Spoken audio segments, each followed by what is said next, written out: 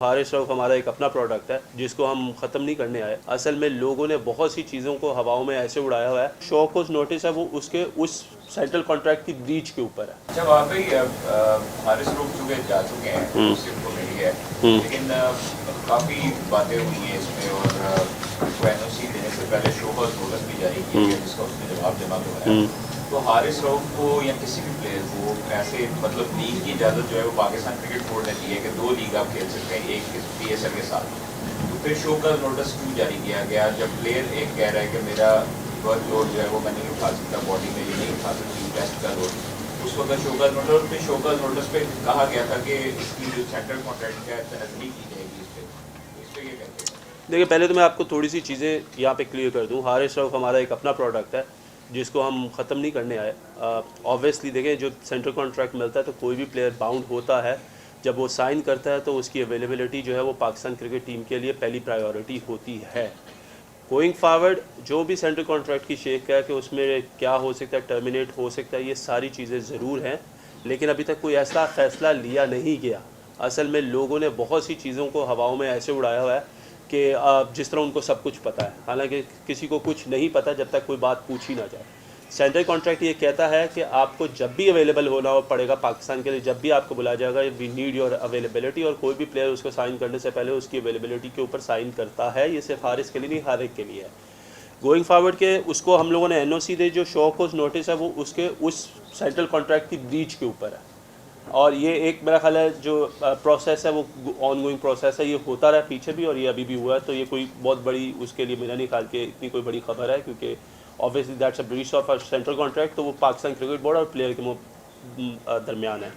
Going forward के सुनने में आ रहा था, बहुत से लोगों ने कहा जी फ़ोन आ गए और उनको हम लोगों ने NOCs दे दी और हम लोगों ने उन्हें कहा कि जी आप चले जाएं, हम लोग अंडर प्रेशर आ गए, ये हो गया वो हो गया। तो मैं पहले आपको ये बता दूं कि जो भी किसी भी प्लेयर को NOC मिलती है तो वो 3 या 4 लोगों की एक कमेटी है जिसके थ्रू डिसाइड होता है कि इनको कैसे मैनेज करना है, किसको किधर ज़रूरत होगी और कैसे गोइंग फॉरवर्ड हमें उनकी ज़रूरत है, क्या वो हमारे प्लान्स में हैं या नहीं है, उसके मुताबिक उनको NOC का हमारा एक जो अमल है वो प्रोसेस में लाया जाता है। हारिस रऊफ का जो NOC दी है, Haris Rauf has participated in the T20 competition, Islamabad के कप्तान थे और वो कप्तानी के बाद कप्तान थे, लेकिन अनफॉर्चुनेटली सुपर 8 में उनकी टीम जो है वो क्वालिफाई नहीं कर सकी। इसकी वजह से अब से लेके न्यूजीलैंड टूर तक उसका मतलब है कि 1.5 महीने का एक गैप है जिसमें हारिस रऊफ किसी किस्म की कोई क्रिकेट नहीं खेल रहे। क्रिकेट ऑस्ट्रेलिया के साथ जो उनका बिग बैश का कॉन्ट्रैक्ट है वो सिर्फ और सिर्फ बेस्ड ऑन 5 गेम्स है और हम लोगों ने ये मद्देनज़र रखते हुए कि 1.5 महीना क्योंकि कोई कंपेटिटिव क्रिकेट नहीं होगी तो हम चाहते हैं कि हमारे प्लेयर्स खेलते रहें ताकि वो एक तो प्रैक्टिस में हो, एक फॉर्म में हो, एक रिदम में हो, क्योंकि he is a fast bowler. तो उसकी वजह से हम लोगों ने उनको 7 तारीख से लेकर 28 तारीख तक, जिसमें उनके 5 मैचेस भी कवर होते हैं और उसके बाद फिर मोस्ट प्रॉबेबली वो पाकिस्तान टीम का हिस्सा होते हैं तो वो सीधा न्यूजीलैंड के लिए ट्रैवल कर जाएंगे। सो ये बेसिकली साइंस है हारिस रऊफ को और जमान को और उसामा को NOC देने की। हालिया परफॉर्मेंस के वजह से क्या कहेंगे जो शान ने डबल सेंचुरी बनाई है? देखिए मेरा ख्याल है कि as a captain he has led from the front और यही हम सबको चाहिए कि जो कैप्टन है वो he should be leading from the front. काफ़ी सवालात थे लोगों के जब शान को कप्तान बने, तो आई थिंक काफ़ी लोगों को चीज़ें क्लियर हो गई होंगी कि ही इज़ अ करेक्टर। वो एक ऐसा करेक्टर है जिसको टीम से ड्रॉप होता था तो वो फर्स्ट क्लास में जाता था, फर्स्ट क्लास में परफॉर्म करता था, फिर वो वापस आता था। सो यू नो ऐसे जो करेक्टर्स होते हैं वो पाकिस्तान टीम के लिए, चाहे वो कप्तान हो या वो प्लेयर्स हो, वो बहुत इंपॉर्टेंट होते हैं और वो उनकी परफॉर्मेंसेज जो वो आगे आती हैं। ये एक फ़र्स्ट क्लास गेम थी जो वो खेल रहे हैं। अब होपफुली इंशाल्लाह उम्मीद है कि आगे आने वाले टेस्ट मैचों में भी वी आर एक्सपेक्टिंग कि इंशाल्लाह शान ऐसे ही रन्स करेंगे। अभी क्रिकेट का कहना है कुछ लोगों का कि वाइटवाश से बचे तो बड़ी बात हो इस टीम में, तो आप क्या होप कर रहे हो 3 टेस्ट मैचेस के लिए, किस तरह की परफॉर्मेंस एक्सपेक्टेड है? देखिए हमने जब ये टीम बनाई थी तो हम लोगों ने यही सोच के बनाई थी कि टीम वहाँ पे जाके एक अच्छी क्रिकेट खेलेगी। वाइट वॉश देखें, पिछले 25 साल से हम अभी तक कोई भी सीरीज़ नहीं जीते ऑस्ट्रेलिया में, शायद एक टेस्ट मैच भी नहीं जीते। तो इस वक्त जो ये टीम गई है उनका जो मोटिव है वो ये है कि एटलीस्ट हम लोग एक टेस्ट मैच यहाँ पे जीत के जो हमारे ऊपर एक रिकॉर्ड का है वो एक तो क्लियर करें और हम अच्छी क्रिकेट खेलें, पोटेंशली हम अच्छा खेलें। वी नो कि हमारे पास जो क्रिकेटर्स हैं, क्योंकि टेस्ट क्रिकेट हम इतनी खेलते नहीं और वो पैचेस में आती है। सो हम लोगों की कोशिश है कि इस टूर्नामेंट में हम लोग अच्छी क्रिकेट खेलें ऑस्ट्रेलिया के अगेंस्ट और जीतें।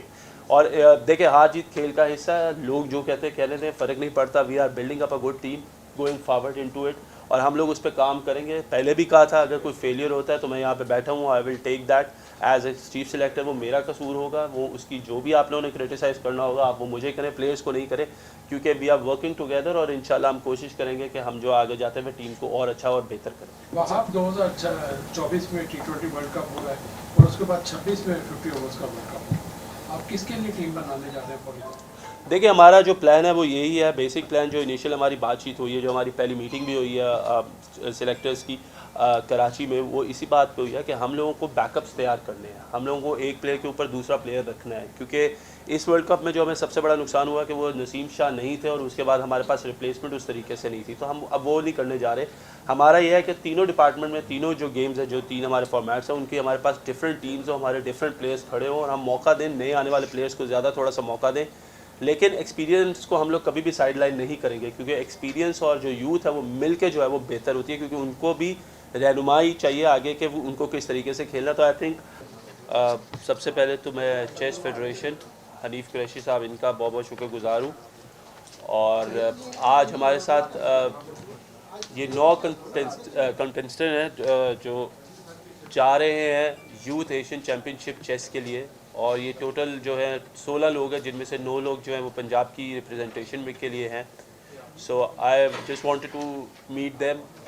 इनको जाने से पहले मुबारकबाद देना चाहता था, थोड़ा सा हौसला अफजाई करना चाहता था,